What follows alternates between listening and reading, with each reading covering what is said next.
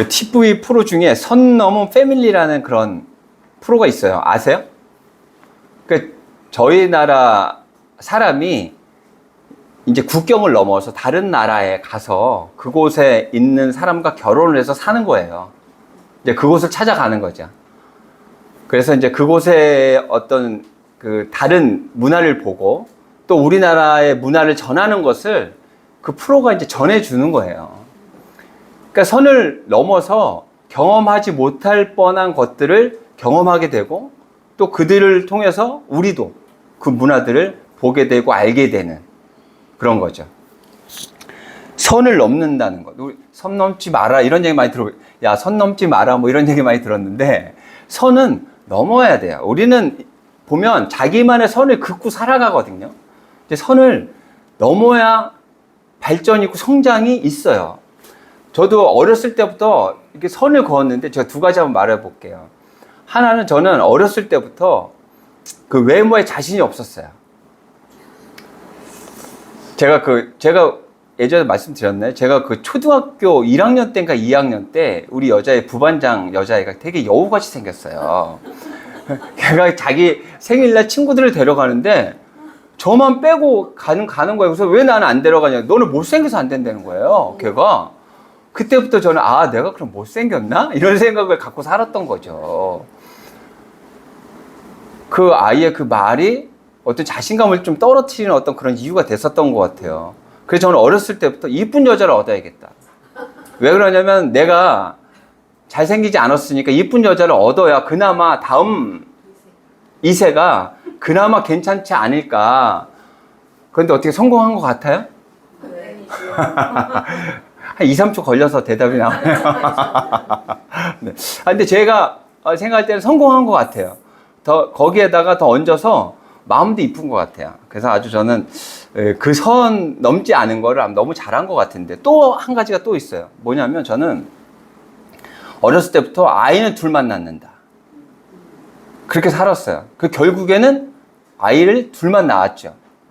그런데 근래에 아내랑 후회합니다. 하나만 더 낳을 걸. 너무 후회스러워요. 그 선을 긋고 살았던 것 때문에 후회되는 그런 일들이 있단 말이죠. 근데 오늘 말씀을 보면 그렇게 선을 긋고 살아가는 사람들이 있어요. 한번 보도록 하겠습니다. 이제 예수님께서 이제 이 땅에 오신 그 이유에 대한 일들을 이제 하시려고 예루살렘으로 가시는 중에 있었던 일이에요. 52절입니다. 사자들을 앞서 보내심에 그들이 가서 예수를 위하여 준비하려고 사마리아인의 한 마을에 들어갔어요. 이제 제자들을 먼저 보내서 인원들이 많을 거 아니에요. 제자들 인원들만 12명이니까. 그 인원들이 이제 가려면 어떤 숙식이 해결이 돼야 되니까 이제 먼저 사람들을 보내서 준비를 시키려고 이제 보냈는데 53절. 예수께서 예루살렘에 향하여 가시기 때문에 그들이 받아들이지 아니하는지라. 예수님이 거기를 이제 지나가겠다. 그래서 어떤 장소, 음식 먹을 거 이런 것들을 준비를 하려고 했는데 안 된다 그러는 거예요. 그 이유가 뭐냐면 예수님께서 예루살렘으로 향하기 때문이래요. 왜 그러냐면 이 사마리아인들과 이 유대인들은 있잖아요. 거의 서로 적대시합니다. 그 이유가 뭐냐면 이제 제가 잠깐 말씀드려 볼게요. 이 이스라엘은 북이스라엘과 남유다로 이렇게 나눠져 있었어요. 근데 북이스라엘은 아수르라는 나라에 멸망당해요. 근데 아수르의 정책이 어떤 정책이냐면 그곳에 자기의 나라의 백성들을 보냅니다. 그래서 그 정복한 식민지 그 백성과 결혼을 하게 해요. 그래서 자기들이 다스리기에 편하게끔 그렇게 만들어 그런 정책을 씁니다. 그러니까 이제 유대인들이 보면 어떻게 생각해요? 순수 혈통이 아니라 혼혈 민족이라고 생각하는 거죠. 그래서 그들은 하나님의 백성이 아니라고 생각해요. 적대시합니다. 유대인들이 적대시하니까 사마리아인들도 어떻게 해요? 적대시하겠죠. 그러다 보니까 그 사마리아인들과 그 남유다 사람들 있잖아요. 서로 완전히 원수가 되어버린 거예요. 예루살렘에 간다고 한 그 이유 때문에 예수님을 받아들이자. 자신들이 그어놓은 그 선 때문에 예수님은 어떤 분이에요? 구원을 이루시는 분이잖아요. 그 분을 막아서고 있는 거예요. 너무 안타까운 일이죠. 그 주중에 6.25 기념일이 있었죠. 75년 됐잖아요, 벌써. 그 나라, 같은 민족끼리 싸웠던 정말 그 안타까운 그런 일이었죠. 근데 무엇 때문에 싸웠어요? 이념이 다르다고 싸운 거잖아요.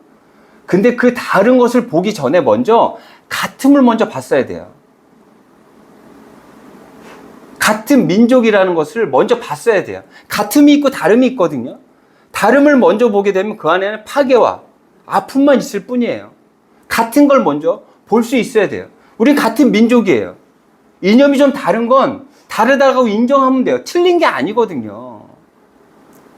다르다고 인정할 수 있으려면 먼저 같은 민족이다라는 것을 알아야죠. 그 폭삭 속가수다 우리 한동안 인기 굉장히 많았잖아요. 근데 저는 그걸 보면서 약간 궁금한 게 좀 있었어요. 이 드라마가 우리의 정서에 우리에게는 정서적으로 굉장히 잘 맞는 드라마인데 세계적으로 이게 많은 사람들에게 인기를 얻을 수 있을까? 이런 생각을 해봤어요. 왜 그러냐면 그들이 이해하기는 좀 어려울 것 같아요. 그런데 세계적으로 굉장히 큰 인기를 얻었어요. 그 이유는 뭘까요? 부모가 자녀를 사랑하는 그 마음은 다 같기 때문에 그래요. 그 드라마에서 이야기하는 가장 중심된 그것이 뭐냐면 부모가 자녀에 대한 사랑이에요. 부모의 사랑. 그렇기 때문에 그 같음을 그들은 봤던 거죠. 그래서 그들도 그 안에서 감동을 누릴 수 있었던 거예요. 다른 것을 먼저 보기 전에 같음을 먼저 봐야 돼요. 그 능력도 하나님에게서 나오는 줄 믿습니다. 그렇게 이제 예수님께서는 예루살렘으로 이제 가십니다. 가시다가 사람을 만나요. 57절입니다. 길 가실 때 어떤 사람이 여짜오되 어디로 가시든지 나는 따르리이다. 이렇게 만난 사람이 3명이에요. 오늘 3명에 대한 이야기를 할 거예요. 그때 이제 예수님께서 이러는 거야. 예수님께서 자신을 따르겠다. 이렇게 한 사람에게 이렇게 이야기합니다. 예수께서 이르시되 여우도 굴이 있고 공중에서도 집이 있으되 인자는 머리 둘 곳이 없도다 하시고. 지금 예수님의 상황을 이야기하는 거예요. 예수님을 따르면 부자가 되고 화장실 한 서너 개 있는 집, 차도 진짜 정말 많은 사람이 탈 수 있는 정말 사람들이 봤을 때 와 할 수 있는 그런 차를 타고 가야 될 것 같은데 예수님께서 뭐라 그래요? 머리 둘 곳도 없다 그래요. 우리의 신앙은 있잖아요. 쉽지 않습니다. 예전에 우리 그 전쟁이 끝나고 우리나라가 기독교로 굉장히 성장할 때 굉장히 많은 사람들이 교회를 찾을 때가 있었어요. 그때 어떻게 가르쳤냐면 교회에 오면 무조건 복 받는데 그 복이 뭐냐면 돈도 많이 벌고 건강하고 정말 세상적으로 누릴 수 있는 건 다 누릴 수 있다라고 가르쳤어요. 그래서 많은 사람들이 그때 전쟁이 끝나고 없을 때 먹고 살기 힘들 때 하나님을 찾았죠. 그래서 그때 굉장히 많이 성장이 됐어요. 그런데 그때 성장했던 그때 그 모습들, 그때 그 뒤편의 어떤 그 모습들이 요즘에 나오고 있죠. 세상에서 많이 욕을 먹고 있는 큰교 목사님들께서 자식에게 자신의 교회처럼 세습해주는 그런 모습들 때문에 지금 보면 기독교가 아니라 뭐라고 불러요? 개독교라고 부를 정도로 그렇게 세상에서 지탄의 대상이 되고 있어요. 그 이유는 예전에 어떤 그 잘못된 가르침 때문이 아니었나 하는 그런 생각이 들어요. 근데 사실 하나님께서 우리의 부족함을 채워주시지요. 그런데 중요한 건 그것 때문에 우리가 주님을 찾아서는 안 된다는 거예요. 그것보다 더 중요한 게 있기 때문에 주님을 찾아야 하는데 그때 많은 분들이 잘못 가르쳐서 눈을 가려버렸던 거죠. 그래서 오늘 예수님께서 정확히 말씀하시는 거예요. 너 나를 따르려면 이런 고통이 따라. 그거를 감수할 것 같으면 나를 따르거라. 그렇게 말씀하고 있는 거예요. 그 다음에 또 다른 한 사람을 만나는데 이것은 그 사람이 예수님에게 온 게 아니라 예수님이 그를 불러요. 그에게 이제 물어봅니다. 이야기합니다. 59절입니다. 또 다른 사람에게 나를 따르라 하시니 그가 이르되 나로 먼저 가서 내 아버지를 장사하게 허락하옵소서. 지금 아버지가 돌아가신 건지 앞으로 돌아가실 건지, 지금 아프셔갖고 조만간에 돌아가실 건지, 아니면 이제 연세가 있으신가 언젠가는 돌아가실 건지, 그거는 몰라요. 그랬더니 그 이야기를 듣고 예수님께서 이렇게 이야기하십니다. 이르시되 죽은 자들로 자기의 죽은 자들을 장사하게 하고 너는 가서 하나님의 나라를 전파하라 하시고. 좀 매정하게 좀 들려요. 부모님 너무 중요한데 그거 하지 말고 예수님 따르라고? 복음 전파하라고? 그게 더 중요하다고? 근데 지금 예수님께서 말씀하시는 건 뭐냐면 뭐가 더 우선이냐에 대한 이야기를 하시는 거예요. 부모를 섬기지 말라는 이야기가 아니에요. 부모를 섬기지 말라는 이야기가 아니라 이것이 더 중요하다 이렇게 말씀하고 있는 거예요. 제가 이 말씀을 보면서 떠오르는 영상이 하나 있어요. 영화인데 제가 전쟁 영화 좋아한다 그랬잖아요. 전쟁 영화 중에 한 스토리인데, 한 영상인데 이제 어떤 내용이냐면 이제 칼을 쓰는 전쟁 영화였어요. 이제 두 나라가 이제 싸우기 이제 다음날 이제 싸웁니다. 그래서 이제 대치하고 그렇게 있어요. 그리고 이제 그 주인공이 있는 그 사령관들이죠. 이제 주된 사람들이 모여서 작전을 짭니다. 어떻게 짜냐면 이제 본진이 앞으로 나가서 싸웁니다. 싸우다가 이제 그 도저히 안 될 것 같은 열세적인 어떤 그런 모습을 보이면서 뒤로 도망칩니다. 그러면은 그 상대방이 막 쫓아올 거 아니에요. 그럴 때 옆에서 숨어있던 기마병들이 그 옆을 쳐서 그렇게 무너뜨리는 그런 작전을 짭니다. 굉장히 굉장한 어떤 그런 작전이죠. 근데 들어보지 않으셨어요? 아이성 무너뜨릴 때도 이런 작전을 썼죠. 이런 내용들은 많이 나옵니다. 그런데 이제 다음 날이 됐어요. 이렇게 작전대로 하면 무조건 승리할 것만 같아요. 그런데 상대방에 그 주인공의 동생이 잡혀 있습니다. 그 동생을 갑자기 놔줘요. 그쪽에서. 이게 서로 이렇게 진을 치고 있는데. 그러니까 동생이 막 이쪽을 향해서 형이 말을 타고 있는데 형 쪽으로 막 뛰어옵니다. 근데 그 상대방 그 대장이 그 아이를 향해서 활을 쏴요. 몇 발을 쏘는데 맞지 않습니다. 그러니까 이것을 본 주인공은 동생이 뛰어오니까 동생을 어떻게 살려야 될 거 아니에요. 동생을 향해서 말을 타고 달립니다. 막 달리기 시작합니다.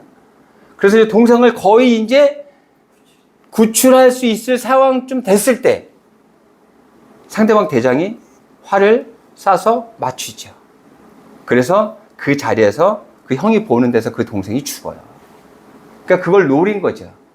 그러니까 그 주인공은 여기서 완전히 이성을 잃게 됩니다. 작전이고 뭐고 없어요. 말 타고 동생 보고 그 말 타고요. 그 적진을 향해서 혼자 달려갑니다. 그걸 본 그 주인공 그 아군은 어떻게 해요? 이제 자기네 대장이 이제 그렇게 가니까 이제 따라가는 거죠. 그 처음에 계획했던 작전 하나도 먹히지 않고 그렇게 쫓아가고 어떻게 싸움이 벌어집니다. 결국에는 완전히 전멸할 상황이 되어버려요. 그런데 생각지도 않았던 다른 나라의 군사들이 도와주러 와서 극적으로 이기게 됩니다. 근데 그건 이제 별개의 이야기인 거고, 만약에 이 주인공이 그 동생만 생각하고 그렇게 달려가가지고 그렇게 붙었잖아요. 그렇게 완전히 채웠던 작전 하나도 먹히지 않았고 그렇게 싸웠다. 그래서 도와주지 않았다. 그러면 완전히 전멸이에요. 전멸. 저는 이 말씀 보면서 그게 떠오르는 거예요. 그때 그 주인공이 동생에 대한 사랑이 있죠. 근데 더 중요한 건 뭐예요? 그 동생은 한 명이지만 자신의 그 부하들은 몇천 명이에요. 더 중요한 게 뭘까요? 그때 그 주인공으로서 해야 될, 그 대장으로서 해야 될 그 모습이 어떤 모습이었을까요? 작전대로 했었어야죠. 오늘 그 말씀 하고 있는 거예요. 너 가서 아버지 장례하는 그거 안 돼. 아버지보다 내가 더 중요하니까 그냥 내가 하는 대로 해가 아니라 그것보다 장례를 치르는 것보다 더 중요한 게 나를 따르는 거야. 라고 그렇게 말씀하고 있는 거예요. 그 다음에 또 다른 사람을 또 만납니다. 61절에 또 다른 사람이 이르되 주여 내가 주를 따르겠나이다마는 나로 먼저 내 가족을 작별하게 허락하소서. 그랬더니 예수께서 이렇게 이야기하셔요. 예수께서 이르시되 손에 쟁기를 잡고 뒤를 돌아보는 자는 하나님의 나라에 합당하지 아니하니라 하시니라. 이 이야기는 어떤 이야기냐면 이제 열왕기 상으로 가야 돼요. 열왕기 이제 상으로 가면 엘리야가 엘리사를 만나러 갑니다. 근데 엘리사는 엘리야의 제자예요. 근데 엘리사가 그때 뭘 하고 있었냐면 쟁기를 잡고 소에게 쟁기를 달고 쟁기로 밭을 갈고 있었어요. 그때 엘리야가 나를 따르라 그랬더니 엘리사가 어떻게 하냐면 거기서 소를 죽여서 소를 잡아요. 그리고 같이 먹고요. 그 쟁기, 그러니까 그 기구들 전부 다 불태워 버립니다. 왜 그랬을까요? 그렇게 가면 다시는 와서 자기가 쟁기 잡을 일이 없는 거야. 이제는 오고 싶어도 그 기구가 없어요. 소도 없어요. 자신이 했던 일들을 이제는 할 수가 없어요. 그런 미련을 갖지 않으려고 아예 다 불태워 버립니다. 지금 그 이야기 하시는 거예요. 내 가족을 작별하는 그걸 하지 말라고 한 것이 아니고 그 남아있는 작별 때문에 더 큰 일을 그르쳐서는 안 된다라는 것을 말씀하고 있어요. 우리 신앙인들, 이 믿음은 있잖아요. 쉽지 않습니다. 우리 마음에 말씀이 새겨져 있다면 예전에 거침없이 했었던 그런 일들, 그런 말들을 이제는 그렇게 함부로 할 수 없어요. 왜요? 상대방을 배려하고 사랑해야 하는 그런 믿음의 사람이기 때문에 그래요. 주님도 다른 것도 좀 사랑하면서 좀 사랑할게요 하면 좀 쉬울 것 같아요. 그런데 하나님께서는 주님만 사랑하래. 그렇기 때문에 쉽지 않아요. 주님만 사랑하는 것. 어떤 때는 좀 편법으로 이익을 얻을 때도 좀 있었어요. 남에게 눈물 흘리게 하면서 도움을 얻을 때도 있었어요. 하지만 신앙에 가는 우리 믿음의 사람들은 그렇게 하면 마음에 걸려요. 왜 그런 줄 알아요? 왜 그러냐면 우리 마음판에요. 말씀이 새겨져 있기 때문에 그래요. 우리가 신앙을 가지고 믿음으로 살아간다는 것은 쉽지 않습니다. 우리 세상 모든 사람들은 성공을 꿈꾸며 살아가요. 그렇죠? 그래서 어디로 가려고 합니까? 세상의 중심으로 가려고 하죠. 우리 대한민국 사람들은 어디로 가려고 그래요? 강남으로 가려고 하죠. 강남에 가서 집 한 채만 있어도 어떻게 돼요? 집 한 채만 있어도 평생 먹고 살 걱정이 없을 정도로 금액이 엄청납니다. 그렇게 다 중심으로 가려고 그래요. 그 중심에 있는 사람과 친해지고 싶어 합니다.